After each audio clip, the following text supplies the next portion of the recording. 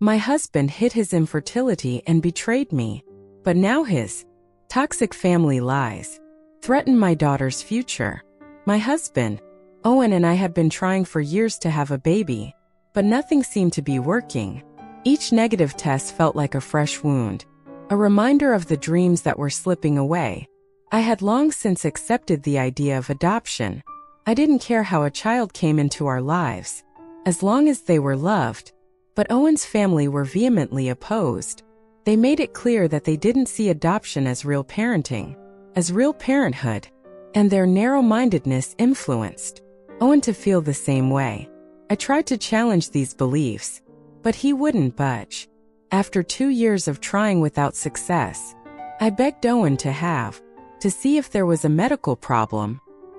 He refused, saying it wasn't necessary because, as he liked to remind me, the men in my family are all incredibly fertile. His confidence, bolstered by his family's constant bragging of their ability to father children, was unshakable. But I pressed on. I couldn't keep going.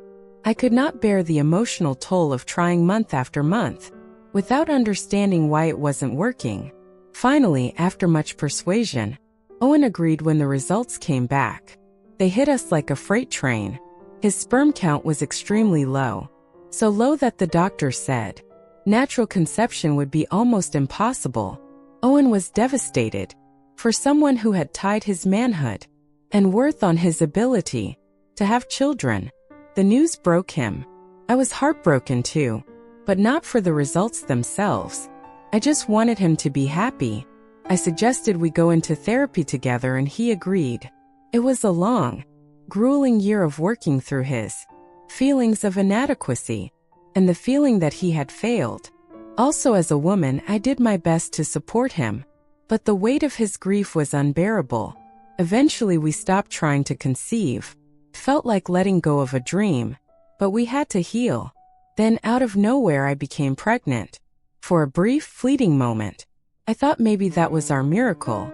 But a few weeks later, I had a miscarriage. The pain was indescribable. Owen blamed himself. He spiraled back into his feelings of failure. It was hard to see him like that, but I didn't have the energy to continue carrying the weight of both our grief. I suggested we take a break, think about having children. But Owen surprised me by suggesting something unexpected: to go to a family planning center for help with a sperm donor. I was shocked. It was a huge step for him, and it showed me how much he really wanted to have a family with me. However, he had one request: that we would not tell anyone. He didn't want his family or friends to know that the baby wasn't biologically his. I understood his need for privacy and agreed.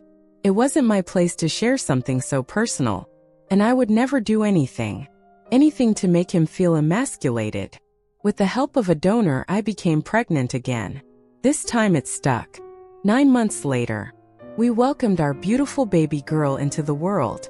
She was perfect, healthy, happy, and absolutely adored by me. I thanked God every day for her. Owen loved her too, or at least he tried to. But as time went on, I noticed a distance between him and our daughter. He was struggling to connect with her. He was attentive and present, but there was always something missing, a hesitation that I couldn't quite understand. I tried to be patient, hoping that he would work through it on his own, but it was hard not to notice how much effort it took for him to connect with her. Things came to a head within the last month. Owen went out of town for a bachelor party with his brothers. During the trip, he confided in them about our fertility struggles and revealed that our daughter wasn't biologically his. I wasn't there to see their reactions, but I know what happened next. One of the brothers told his wife. She then told Owen's mother. That was the start of the nightmare I'd been trying to avoid. Owen's mother never liked me.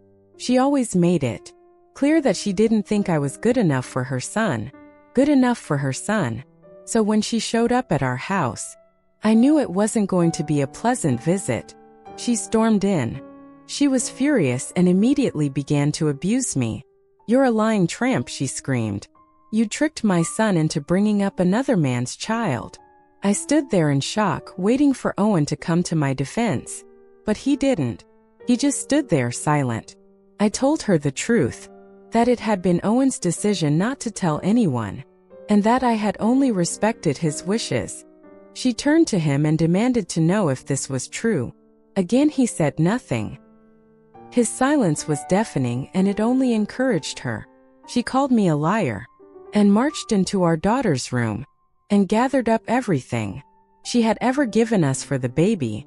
"I'm taking back everything I gave you," she sneered, "because that bastard child doesn't deserve any of it." Something inside me snapped. I pushed her out of the nursery, put my hands firmly on her shoulders, and pushed her towards the door. I didn't hit her, but I made it clear she wasn't welcome. I grabbed everything she had brought into the nursery and threw it out the door after her.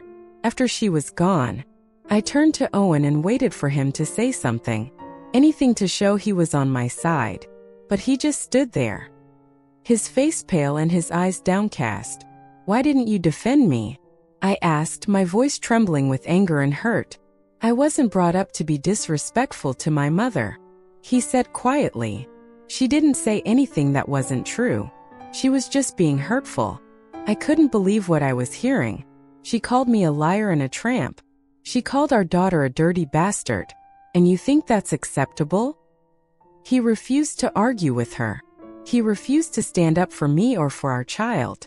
In that moment, I realized something I had tried to ignore for far too long. My husband cared more about his mother's approval than he did about protecting his family. I stopped talking to him after that. I went to the nursery and gathered up my daughter's things. I grabbed my bag and walked out the door. Owen tried to stop me. He said I couldn't take his daughter without him. That was the breaking point for me. I turned to him, barely holding back tears, and said, "She's not your daughter. You proved that when you let your mother call her a bastard." Called her a bastard and said nothing.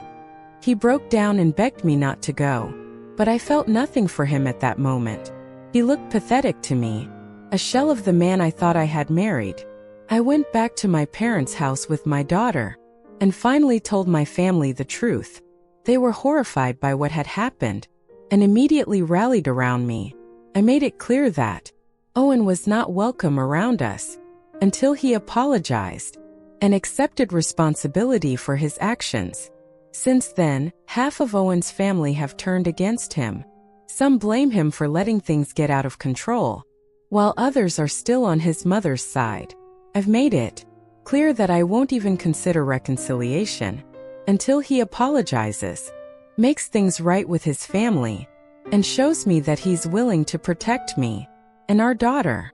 Until then, I'm staying where I am, surrounded by people who actually care. After I left my husband's house, the situation spiraled even further. My mother-in-law, along with my brother-in-law and sister-in-law, started spreading rumors that I had cheated. Knowing that Owen had allowed them to spread these lies was devastating. Felt like a punch in the chest, especially after everything I'd been through. I had already started talking to a lawyer because Owen had refused to tell his family the truth. But this added betrayal made it clear how necessary these steps were. I've since rented a nice 2-bedroom flat, and my siblings and their partners have been incredibly helped me furnish it. My priority now is to create a stable and loving home for my daughter. I'm working on designing a cozy nursery for her, and am in the process of hiring a nanny. Facing the end of my marriage is frightening, but I'm learning to accept my new reality and take it one step at a time. When I told Owen of my intention to file for divorce, his reaction was erratic. He began to bombard me with calls and messages. He veered wildly between begging me to come back, promising to tell the truth and get therapy, and threatening to drag me home. The worst came when he sent me videos of himself and his brother throwing away my belongings and trashing the nursery I had so carefully decorated.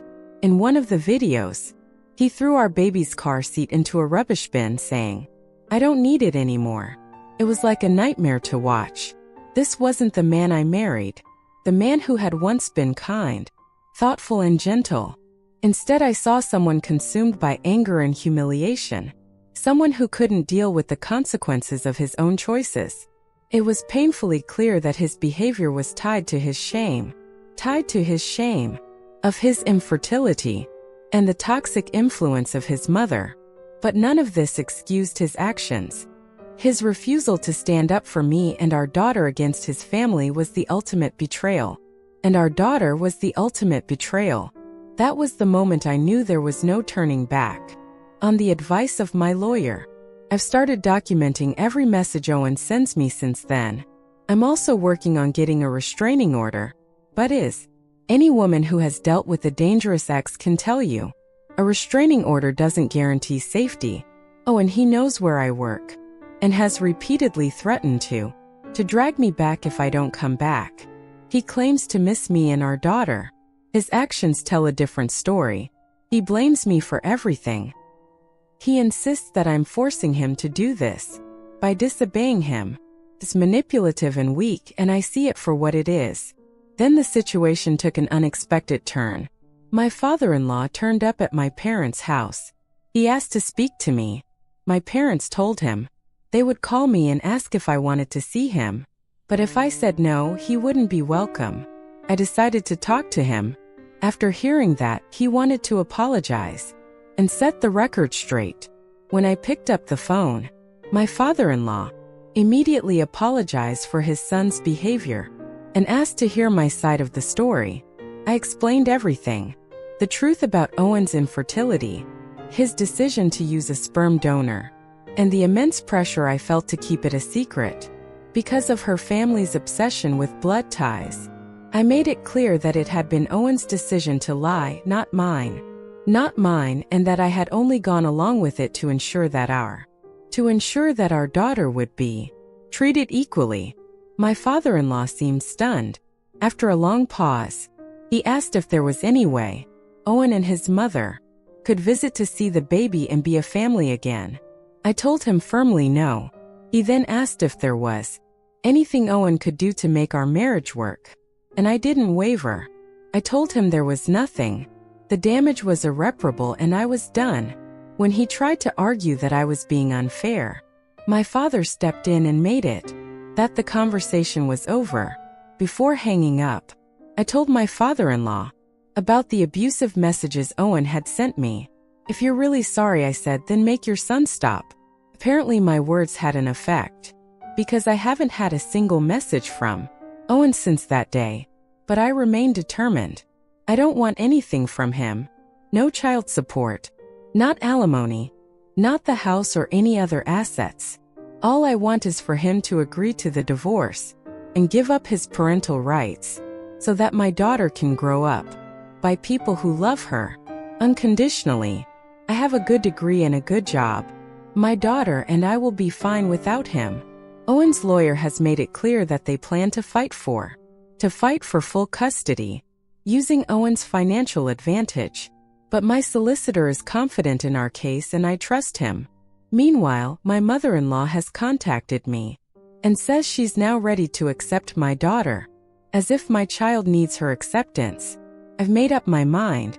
If it's up to me, neither she nor the rest of Owen's poisonous family will ever see us again. This is not a happy update, but it's my reality. Owen has failed me and our daughter in every way, but I'm doing everything I can to protect her and build a safe, loving. I know what I have to do, and I'm taking the steps to get there.